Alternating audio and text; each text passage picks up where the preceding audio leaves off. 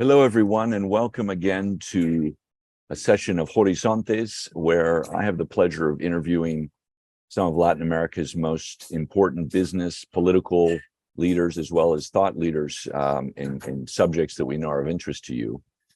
Today, I'm going to be speaking with Julián Porras, CEO for Latin America at Omnicom Media Group, and we'll get into an explanation of who is Omnicom, as well as Julián's background, his views on digital disruption in the media industry, advertising industry.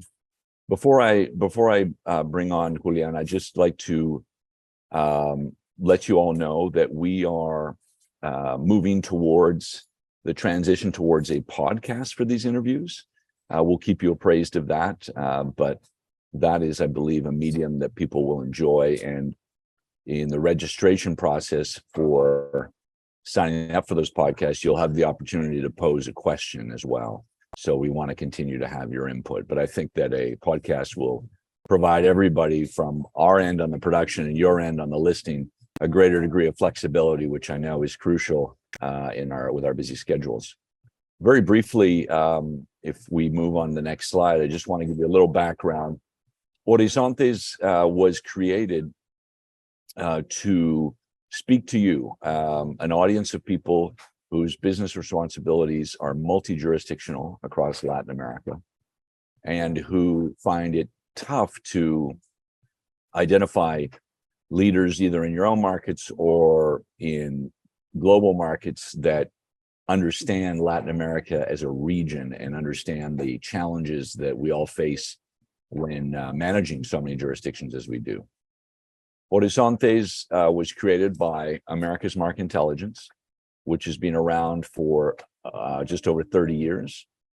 And we conduct market intelligence. So we help companies make decisions. We help them understand what their customers are thinking, what the competition is planning, and how the business environment looks. And these are necessary inputs ahead of any decision, whether it's a planning decision, whether it's a product launch or product development, whether it's an acquisition, or just trying to keep abreast of the competition and maintain your market share. These are the sorts of challenges that we help companies address by gathering intelligence and making hopefully solid recommendations. So again, I'm just thrilled to have with us today Julián Porras. I've known Julián now for about 6 years. We're both members of a group that is actually going to fall under the umbrella of Horizontes starting next month. It's a face-to-face roundtable group. And I've really gone, over time, developed an appreciation for his incredible knowledge of Latin America, media, advertising, brand development, and brand management challenges, whether it's across a whole slew of different product categories or within the variations of our markets, as well as the tremendous variations within some of the larger countries like a Brazil or a Colombia or Mexico. I've had the opportunity to meet many of his own leadership team, and it is, I think, a reflection of his excellence when I meet the caliber of people that he has hired and trained to help him manage his business across the Americas. So I'm just very excited to have him join us. Julián, if you wouldn't mind turning on your camera. Great to see you again. Same here, John, and good afternoon, good morning to everyone attending this session. Thanks for inviting me, John. You betcha. Julián, before we delve into the sort of meaty topics that we've set aside for today, I'd love to know a little bit more about, where you grew up, what drew you to marketing. I know you studied at UT Austin, but what drew you to marketing, and what eventually led you into a Latin America focused career? Yeah, so I grew up in Cuernavaca, Mexico, a product of Mexican middle class, growing up in the early 70s. I had the opportunity to really be exposed to, I think, media and advertising very young in my career. grew up with the Televisa product in Mexico. And in fact, I wanted to be a journalist, and not necessarily in the commercial side of media, but actually in the news side of media. Very early on, we were impacted by technology. My parents were able to afford an antenna, satellite antenna. For those of you who remember the first satellite antennas, they were the size of a car. And we had the opportunity to have one installed in our backyard, because my father he had spent time overseas, and he was very keen to watch the BBC and watch ABC and other U.S. networks. So kind of the world switched for me, from seeing Televisa product every day to really seeing. This is more, I guess, in the late 70s, early 80s, being exposed to the world, through television. And I think that was the infatuation that really got me into this business, and that I've been in the business working professionally for over now close to 30 years. So that's a little bit about me and how I got into the advertising and media world. Okay. So did you ever work as a journalist? So I did, and I'll have to say I was a failed journalist.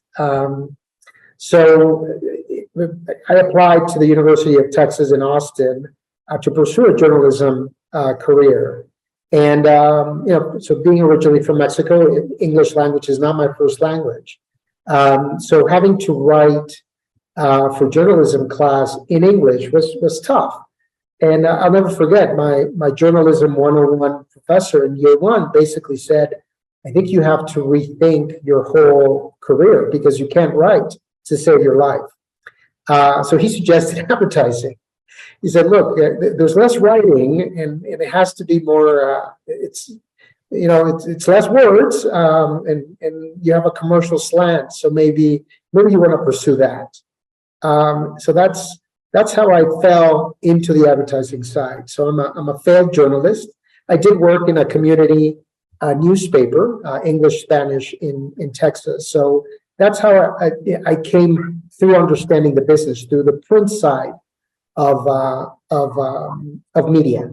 Putting together a newspaper, producing a newspaper, having true journalists write editorial and write copy, sell advertising, distribution, the whole thing. So while I was studying at UT advertising, I was also working in this community newspaper. So I spent 4 years there, and it was just a great, testing ground and learning ground for me as I was, not only studying it, but I was also learning it real life.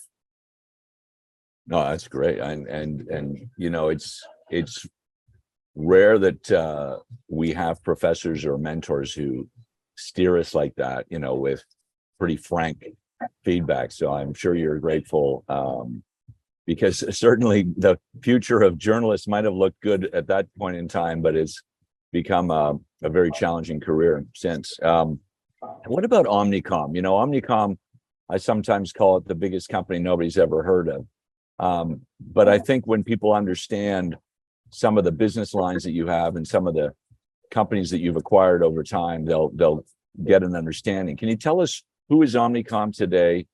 Where are they positioned in the market, and what do they do in Latin America? Sure. So Omnicom is a publicly traded marketing services company. We're a Fortune 500 company, market cap of close to $20 billion, 80,000 employees, and we operate in over 100 countries around the world. Omnicom was born out of the merger of 3 of the most legendary advertising agencies in the world, BBDO, who was for many years Pepsi agency, Mars agency, FedEx agency, and some of the most recognized advertising commercials in the world. So that was the first agency. The second agency that merged was TBWA, very famous for Apple commercials, Adidas commercials, Absolute Vodka commercials. And then DDB, which was known for VW commercials, McDonald's commercials. So those three companies came together in the 80s and formed Omnicom. So Omnicom is the holding company of what initially was the merger of three advertising agencies with different cultures, different clients, different market coverage, and presence around the world. Over the last 40 years, the company has evolved to expand different lines of services. But advertising and media is about 50% of the company still. Obviously, media fragmentation has driven the practice of advertising and media to be very different than it was when the company formed over 40 years ago. And while we still talk about commercials, I think many of you and many of us, I tell my kids, don't skip the commercials on YouTube. That is what is paying for your college. But the truth is, advertising has changed quite a lot from those days, and the business is still about 50% advertising and media, but the platforms in which we communicate advertising and messaging obviously has changed, and all of you are certainly very aware that the platforms have changed, but still the ideas behind communication and advertising, I think, are as relevant as they were 40 years ago, to persuade people to take an action, right, to change behaviors.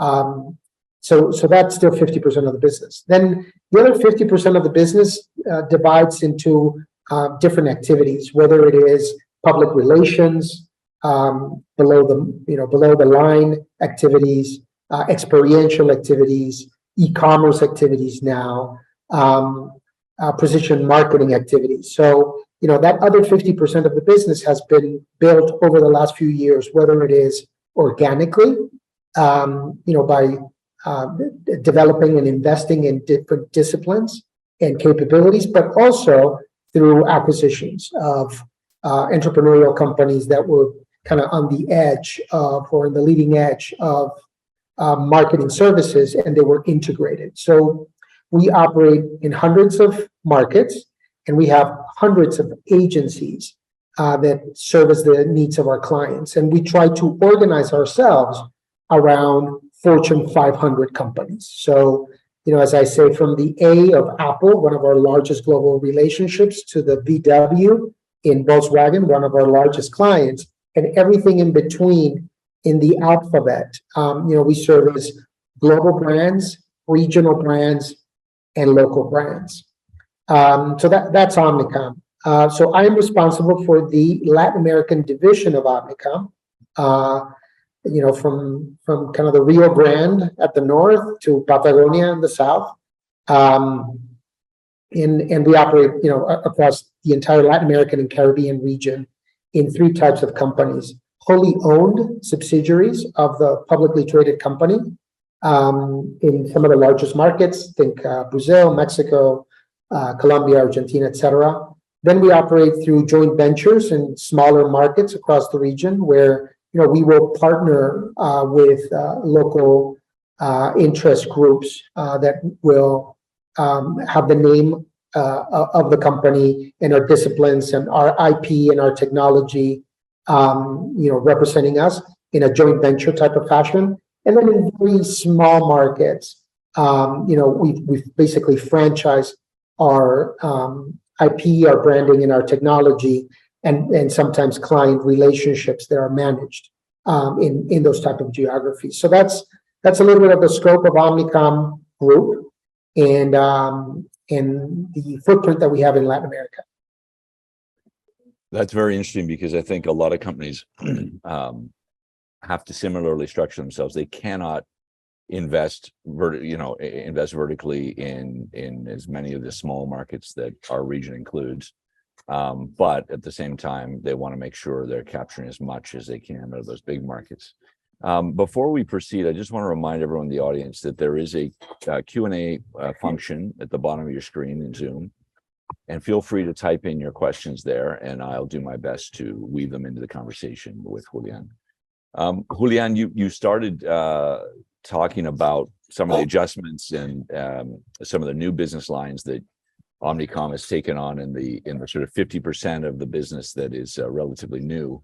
But let's take it back a step and put ourselves in the mindset of the consumer. You know, digital disruption is a buzzword that has been top of mind now. Certainly, the pandemic made it even more so. But it goes back probably 5 or 6 years in terms of the mindset of most business people. But from a consumer's point of view, how has digital disruption changed the way consumers absorb content and perceive brands? And do you think these changes over time are similar in Latin America versus, say, the US, or are there different trajectories here? Yeah. Look, I think over my lifetime, we've seen, I think, first and similar to many industries, globalization, when you think about media and media platforms, globalization was, a phenomenon that certainly came to Latin America as it came to many other regions around the world when precisely satellite television emerged, right? And global media brands became global. You know, at the time I was a younger kid, and MTV,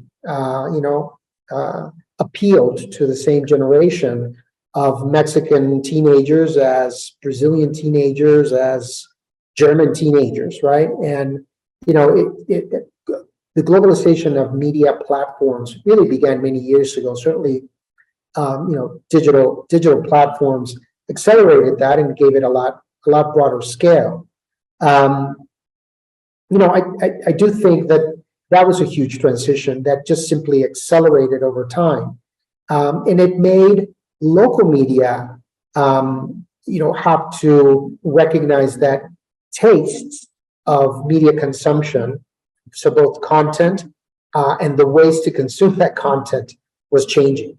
So, just that example for many of you in this call that may be originally from Brazil or Mexico or Colombia or Argentina, let's say, the dominant television networks in those markets, produce content that was locally relevant to those experiences, to those cultures, to those communities. But with the advent of global media platforms, that began to change. And, it really changed taste, it changed culture, it changed expectations. And brands had to follow suit. You would say that, quintessential global brands like Coca-Cola or McDonald's, which I've had the pleasure and privilege of working on, I think in many ways also were the other driving force for consumer expectations and tastes to begin to have some harmony. And look, I'll give you examples. Working in Chile, over 20 years ago, trying to explain to the Chilean consumer about the Coca-Cola bear, right? The Christmas bear, the polar bear. So trying to communicate a Christmas campaign with a polar bear in Chile in the middle of summer, it was a very tough job. But that was the expectation of the Coca-Cola company at the time. Or if I give you an example with McDonald's, trying to drive, I think the notion of family and convenience, right? To a proud Mexican mom, who was obviously very busy just as another American mom, but the notion of driving, her kids to a lunch at McDonald's and drive-through was probably something that was not appropriate to her values. Changing behaviors, changing dynamics. I think it was certainly in Latin America through the 80s, 90s, and 2000s, driving brand expectations for taste, for behaviors, and being supported by media companies that helped drive scale and consistency of those expectations, certainly was, was the initial stages. But then came digital, and for many of you or many of us who remember, AOL or Yahoo, being able to instantly open that door to the world and being able to see products and services, at your own time, at your own pace, began to change the expectations. So I think, in summary, John, in that regard, I think in Latin America, we began to see, first through global media and certainly through global brands, those changes of expectations. But when digital came, it just accelerated to the tune in which we are today. It's I have 3 kids, and my youngest, I don't know that he has ever seen a commercial that he couldn't fast forward through. That he wasn't obliged to sort of sit through in waiting for the main content that brought him to that program. I think that the same can be said of teenagers across the world. What does that mean for advertisers? Is the long form of advertising, the sort of storytelling form of advertising, does that still have a place in the market, given the sort of impatience, if you like, for lack of a better word, of modern content consumers? Yeah. Look, obviously, I have a biased point of view, certainly, but look, I think there's 2 universes now, and perhaps you could say that they're always existed, but today, products and services that are advertising supported, okay, like YouTube or Google, okay, I think many billions of people around the world do not recognize that they themselves are the product, right? You're receiving a free service, which is world-class, right? Gmail or YouTube, or certainly, Google search bar, okay? And we can talk about the implications of AI coming to disrupting those businesses. But I think the role that advertising has played, it certainly, there is no denying that Google and Meta, although Meta is going through, I think, also a tough time, they became one of the most valuable companies in the planet because the ability to have millions of advertisers communicate their product, something that could not happen in the old Televisa or Globo or Telefe, right? So now you could have any advertiser in the planet being able to communicate when, where they wanted to a specific audience. Didn't matter if it was 10, 100, 1,000, 10,000, or 1 million. And have the same possibility, the same tools than a major global brand. So I do think that the age of interruption, John, that we've seen, I think people have traded one benefit in lieu of another. Yes, advertising needs to be shorter now.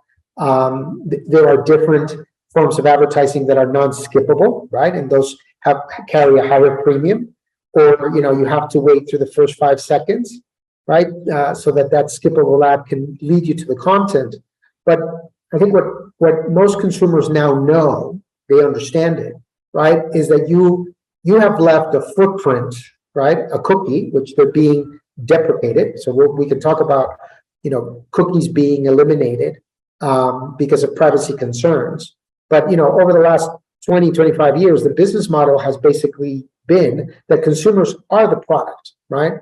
And there's an exchange of value. You are receiving a phenomenal product in Gmail or YouTube or the Google search bar in exchange for giving a footprint of what you do and who you are, and then you're targeted and communicated in different environments to millions of different companies who access that data and can retarget you. So, I think it's changed the whole concept of advertising, yes, but it has made it, in fact, more effective, okay, and more efficient to millions of advertisers. And again, while Omnicom focuses on Fortune 500 companies, we also work with small entrepreneurial companies that are in the new economy and that have used and have built incredibly successful business models because of these new advertising tools. So if I understand correctly, what you're saying is this new landscape actually allows smaller brands to effectively reach perhaps not larger audiences, but reach their audiences much more efficiently. Whereas the old models, which were fairly consolidated between very few channels, only big brands could really afford to play in that sandbox. Is that a fair way of characterizing it? Absolutely. So, and that's why you have, business models that came through and were born digitally, and that disrupted categories. And there's a ton of examples in different categories. Think of Gillette and how their business was disrupted by Dollar Shave brands that built their advertising and communication model differently. Yes, Dollar Shave was a subscription model for a razor, right, versus Gillette. But the way that they communicated effectively and be able to really disrupt the category was through digital channels with a very different, business proposition on a wonderful product as well. Now, do you think the industry, in response to this and in response to the changing consumer and the many more options that they have, has the industry in Latin America responded or evolved differently than the US? Or perhaps not, the big markets are very different in the US, but what about smaller markets in Latin America? How have you seen the industry react to these changes? Look, I think in two speeds, sometimes faster, right, than the actual adoption of US market. A perfect example is e-commerce, right? The lag time that it took e-commerce in the US to get to the levels of e-commerce that we have over time has been compressed. And yes, COVID helped, and some maturity in those technologies was there, and certainly global players and regional giants played a big part. So in some technologies, we've seen the adoption of media and technology, or call it technology, advertising, ad tech, martech capabilities go much faster. But then, there's some other, the other speed has been different media vehicles, media channels that have remained incredibly popular and incredibly relevant still. And that, for many years, they've said that those media channels would disappear, and they have not. In fact, I think they have found ways to reinvent themselves. And it's two different speeds, I would say, but the trend of technology adoption is very similar in Latin America as it is in the US or in the West. We're not China, for instance, which has built a complete different media, advertising, and e-commerce ecosystem that, in fact, Latin America, with companies like Mercado Libre, is trying to emulate in certain parts, right? But in Latin America, we look a lot more from a media and technology adoption to the US or to Europe than what we would look to, let's say, a China or some places in Asia Pacific. What are some of those traditional media that you said have had surprising staying power? Are we talking radio? Are we talking analog TV? And why do you think they've had staying power? Look, television in Latin America still garners some huge ratings, right? And you look at global, for instance, and still, night over night, they still deliver some wonderful, massive audiences with wonderful content that appeals to masses. I think the way in which some legacy media have built their business models to be very resilient, but certainly options for new channels are continuing to place a lot of challenges to legacy media vehicles. I think you would still be surprised. Radio is an incredibly personal media vehicle, and it's still huge in Latin America, driven by radio hosted personalities, similar to the U.S. People trust and listen to the radio personalities in the region. So I would say that television and radio have remained still very strong, although challenged, from a revenue and business model standpoint. Print has been decimated, as in many parts of the world, and certainly that is a concern. If you think about the role that going back to my original roots, journalism, the role that journalism played as the fifth state in some places, perhaps in other places not. And we're not going to get political in this call, but Grupo Clarín in Argentina, Casa Editorial El Tiempo in Colombia, Reforma in Mexico, they played a very, very, very important role in having checks and balances, in the respective markets. But the advertising business that supported those businesses is almost gone. And certainly, trying to find different ways to make those businesses viable.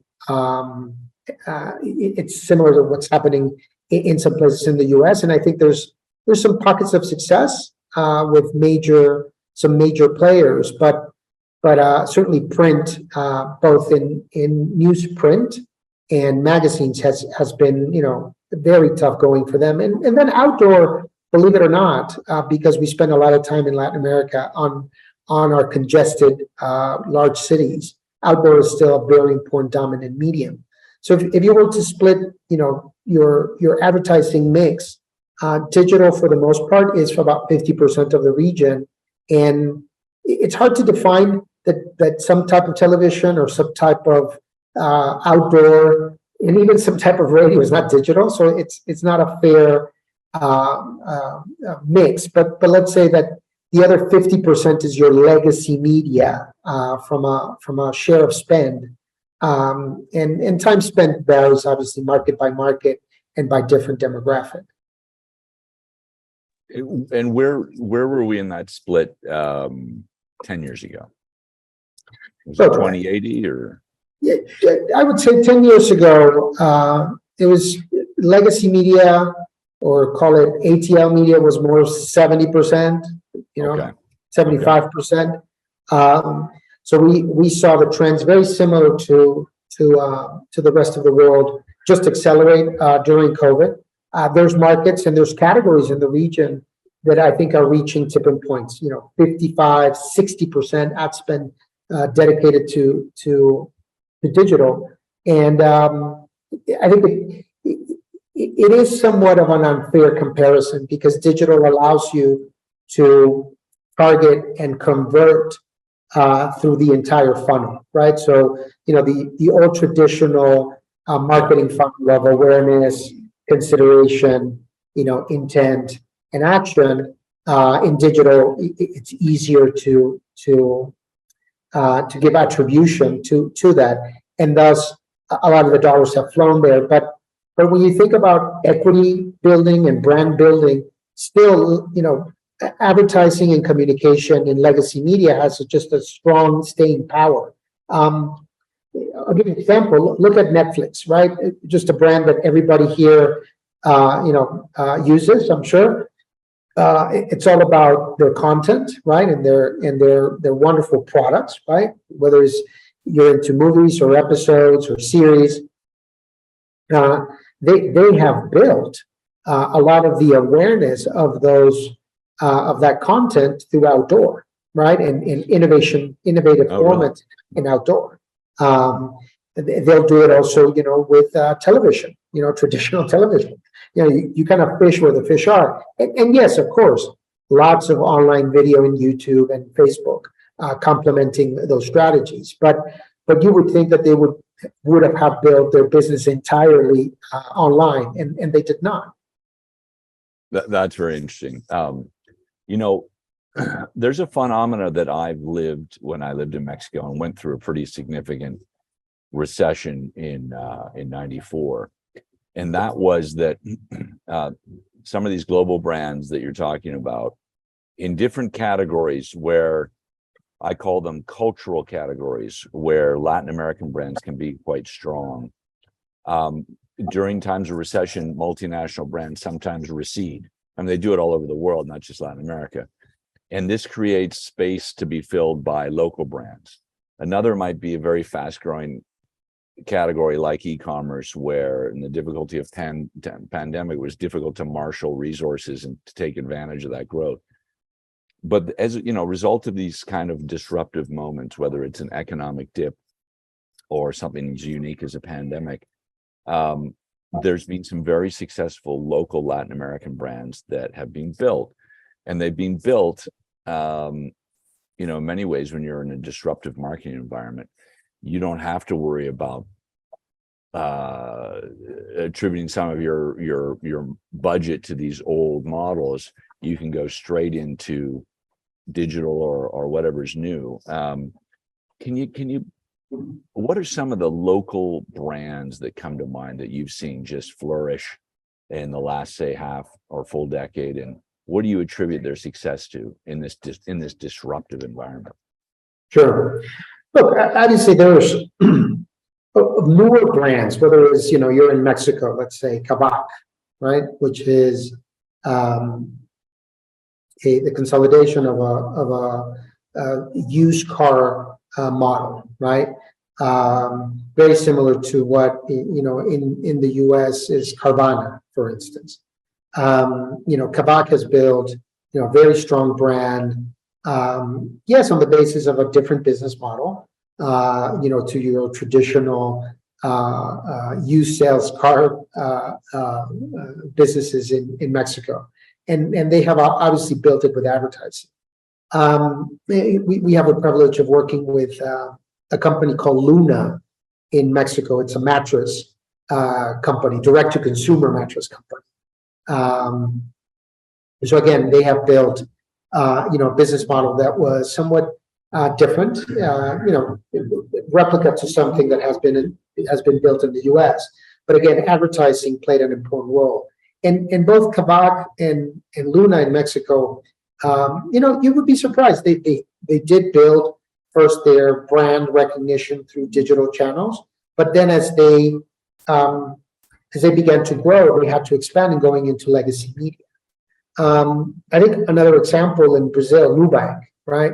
Nubank was very successful in the way that they built their business model, also with online advertising. But I would say that the preeminent is Mercado Libre, okay? And if you allow me, for those of us who have seen Mercado Libre become the most valuable company in Latin America from a market cap standpoint, they were incredibly quiet as a consumer brand, okay? They were not advertising their consumer brand. They were building their platform. They were building the marketplace. They were building the technology. And they're a technology-driven company. And, certainly then they innovated with Mercado Pago, right, to become kind of a fintech. And then when everything was ready, then they did a massive branding and marketing push, which has really exploded over the last 5 years, okay? They're a big advertiser now in the region, one of the biggest advertisers in the region, both online but also offline. So I think that's just that is a Harvard or Stanford Business School case study as to, you have to have the right product, you have to write the right business model, and then you support it with advertising. I think there's unfortunately millions of cases on the other side, right, where advertising tries to support a bad product or a bad service, right? The marketplace sniffs it out, and pummels you, right? And all of that advertising spend goes to waste. And we can talk about examples during the dot-com era, but most recently, we've seen a few of those.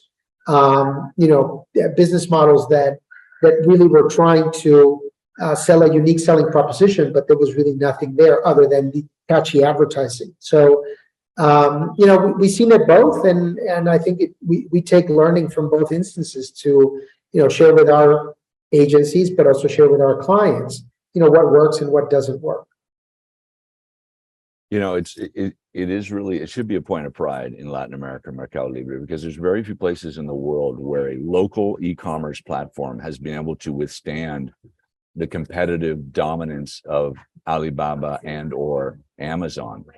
I can't think of any European company that is, there's some interesting e-commerce companies around specific product categories, clothing or what have you, but broad-based the way Mercado Libre is, I don't believe there is one. So that really is interesting. We've had the pleasure of working with them as a client, and they're very savvy, business operators.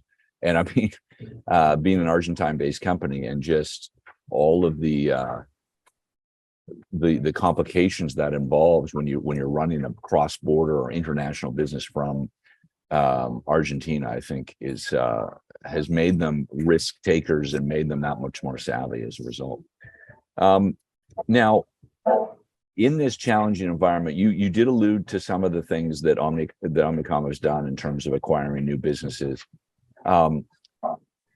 But in this new environment that's now 50-50 digital versus legacy, for the caveat being how we define those things, other than acquiring some very entrepreneurial operations, what other changes, what are some of the more painful changes that you've had to make managing a diverse group like you have to adapt to this market? Yeah, look, certainly the business has always been a combination of inspiration, and I'm going to say math, okay, or commercial acumen, business acumen. But certainly, as technology came to disrupt all industries, all categories, all businesses, we had to really balance and kind of reshift the creative side of the company, right? The ideation side of the company, the inspiration side of the company, and that's still incredibly important, because without ideas, both business ideas and communication ideas, there is nothing. But then inject a lot of capabilities around engineering, analytics, managing a big data, and technology. And Omnicom has made, there's been two schools of thoughts. Some of our competitive set has done major acquisitions in the space, and get their balance sheet a little fat with debt in acquiring companies and try to reposition their businesses. Omnicom took a different approach. We did a lot of investment around our marketing transformation and data and analytics capabilities in building our own platform for this, being agnostic to the data sources and the technologies that we would use. Today, marketing communications is technology.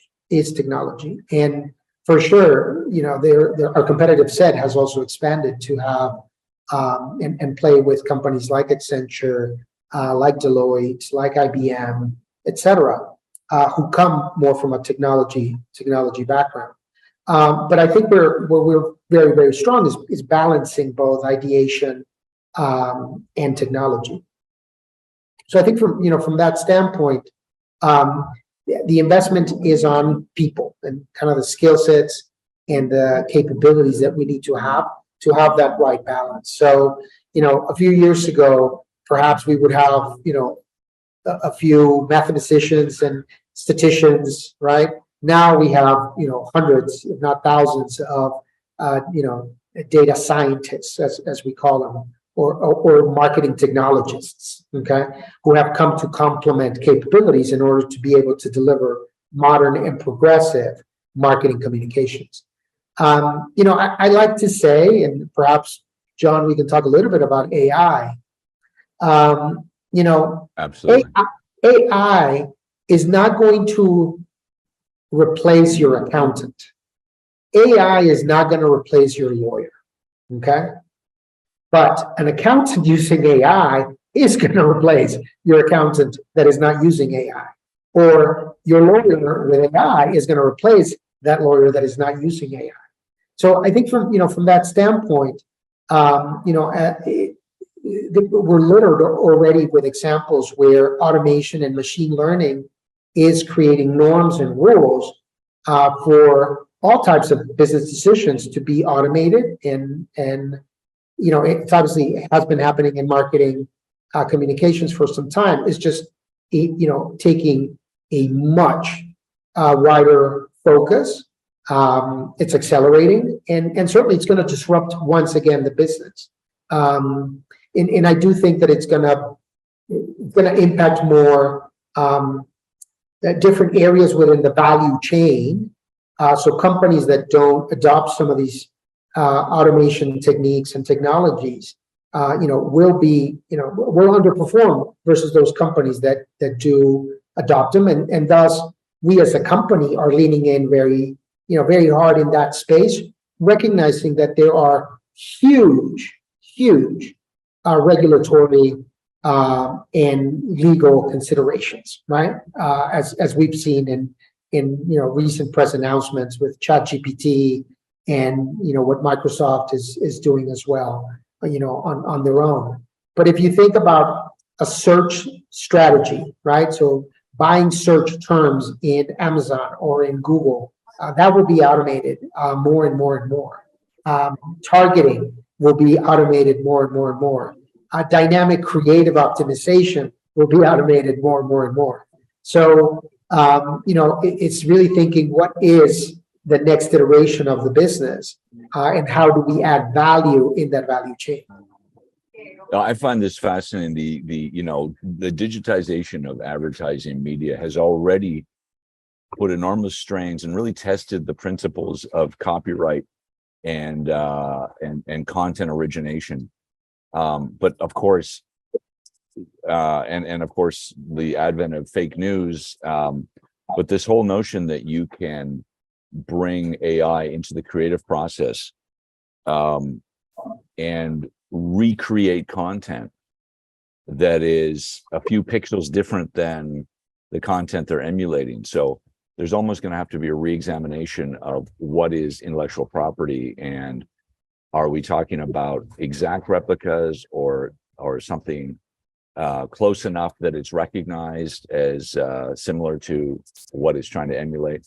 All of these questions, I think, I'm curious to know when they will be defined, and how does that impact you guys as an agency trying to integrate AI? Because like you said, if you don't have this tool that accelerates and optimizes and makes you way more efficient in everything in your business, including the creative process, if you don't know what the rules of play are yet, and the legal precedents that may have not been written yet, how do you know what you can play in? Yeah. Look, I think it's still a bit of the wild, wild west. Okay. Certainly, we're a publicly traded company, so we have to be very responsible in the way that we're operating those new technologies. There is a lot of innovation taking place in AI and machine learning, and we partner with huge global advertisers and huge global technology companies. So I think we're at the edge of this, and what I can tell you is, yes, there are some massive implications, business implications, to how we think about how we structure and service our businesses. Look, I think the other huge element here, and all industries have been impacted, is nearshoring and offshoring, where there's talent that doesn't necessarily need to be in the front line in a specific geography, particularly in expensive geographies. And I think that's positioning Latin America in two very nice ways. One, because of the use of those technologies, you will still need, for the most part, different skills to review the AI, to review the automation, to review the machine learning. And, because you use the technology, Latin American talent is being sought after to service high cost markets like the US, like EMEA. So that's very positive. But second, I think our ability to innovate, our ability to be agile and flexible, recognizing, that we have dealt, I think, in different constraints in the region. Now we're, unleashed, unchained, because we have access to these technologies. So I think you will see, and you're already seeing, some very successful entrepreneurs that are setting up businesses leveraging these technologies out of Latin America to service global markets. So I think it's just fascinating what's going to happen, and I'm very positive about the role that Latin America can have in erasing the barriers from an intellectual capability and human talent, using these technologies to service other geographies. To call it a new Pangea, thanks to technology, and certainly thanks to distributed workforces around the world. I hope you're right. The counterpoint to that I would offer is that because Latin America has, not all of Latin America, but certainly places like Costa Rica, Argentina, to some degree Mexico, have been successful in this nearshoring. And I'm not talking about manufacturing, I'm talking more of, BPO services, software, et cetera. What that's done is, in a world where much more manual labor was required, they were able to compete and provide that, just as India did as well. You put AI in the hands of your client in the United States or in Britain or in France, and make them a lot more efficient. Do they still need the outsources? So I think it becomes absolutely paramount that those nearshoring operations, which have relied on cheaper labor to compete, as well as talented workforce, now is going to have to very quickly adopt artificial intelligence. Otherwise, those jobs can easily go back to that first world market, because suddenly the person in Dallas is 10 times more efficient than they used to be. So I think that adoption, and I'm wondering if, as a result of that, just the absolute necessity to survive as a business in the nearshoring BPO space, as a result of that, we will see faster adoption of AI in places like India and Argentina and Costa Rica, versus places like the States, who had already lost those processes. They'd already been offshored and haven't really thought about bringing them back through AI, even if it could open that opportunity. What is your thinking there? Look, I don't disagree. I don't disagree with you. I think it's still very much in flux, but I think there's something to be said about our talent in the region, and I think the opportunity that these technologies present for entrepreneurial spirit not to only happen in Silicon Valley, okay, and or in different pockets around the world. I think we have seen that there is, whether it is in Colombia or in Mexico or in Argentina or in Brazil or et cetera, I think the access to capital has always been an issue, right? And successful exits for that capital. But I think it goes back to talent and the ability for that talent to have access to some of those technologies to be able to scale businesses. That's where I see the opportunity, and hopefully we will see more Mercado Libres, okay, in different categories come into play, because access of those technologies and those capabilities allows for businesses to scale quickly. But I agree with you. I think it's still the coin is in the air. Yeah, I think it's. I remember when I lived in Mexico, and since then we've done plenty of research around and it's often initiated by a government who wants to create the next Silicon Valley in their country. I've heard that expression, 20 different times. But it's the legal protections of creative content, of creative ideas, the ability to defend those ideas in the courts, and that's sometimes missing in these markets. And without that, you won't get the alternative financing, the high risk financing that is the seed money of these ventures. I think that things have improved a lot. I think that pension systems that have arrived to Latin America have allowed for much more of capital to stay in Latin America and look for these opportunities. And I think that also there is a strengthening in certain markets of the ability of entrepreneurs to defend their ideas when they are threatened by big companies or powerful people who try to steal those ideas. And also just the digitization of ideas makes them tougher to steal. So I agree. I think, when you look at fintech, I think is really interesting space. There's been like the penetration of startups, first of all, in terms of capturing the fintech business as opposed to legacy players, has been phenomenal. And the percentage of that fintech market share that was won over in places like Mexico and Brazil, Chile, and Argentina is much more domestic efforts in those countries than anyone anticipated 10 years ago. Sure. Most people assumed that sort of US companies would come in and be and that's not been the case. And it's partly because local solutions are needed, because the challenges are so unique, whether it's the structure of our societies, whether it's access to capital that we don't have, whether it's information about the people that are being lent money to that's very scarce and scares bigger lenders. These are all things that the startups have figured out how to get around. And I think that AI ultimately now in Latin America, you've got 70% of urban households have a smartphone. So the ability to deploy technology is way faster and much more comprehensive than it ever used to be. So, and I agree, Yeah, my only plug is that you still need ideas and creativity to communicate those ideas, to break through, to change a behavior, to drive a motivation. So, advertising communications, marketing communications is, stimulates demand, right? Drives behavior change. And, whether it is, as I said at kind of the beginning, the technology has always been part of advertising since, the invention of the printing press, I guess.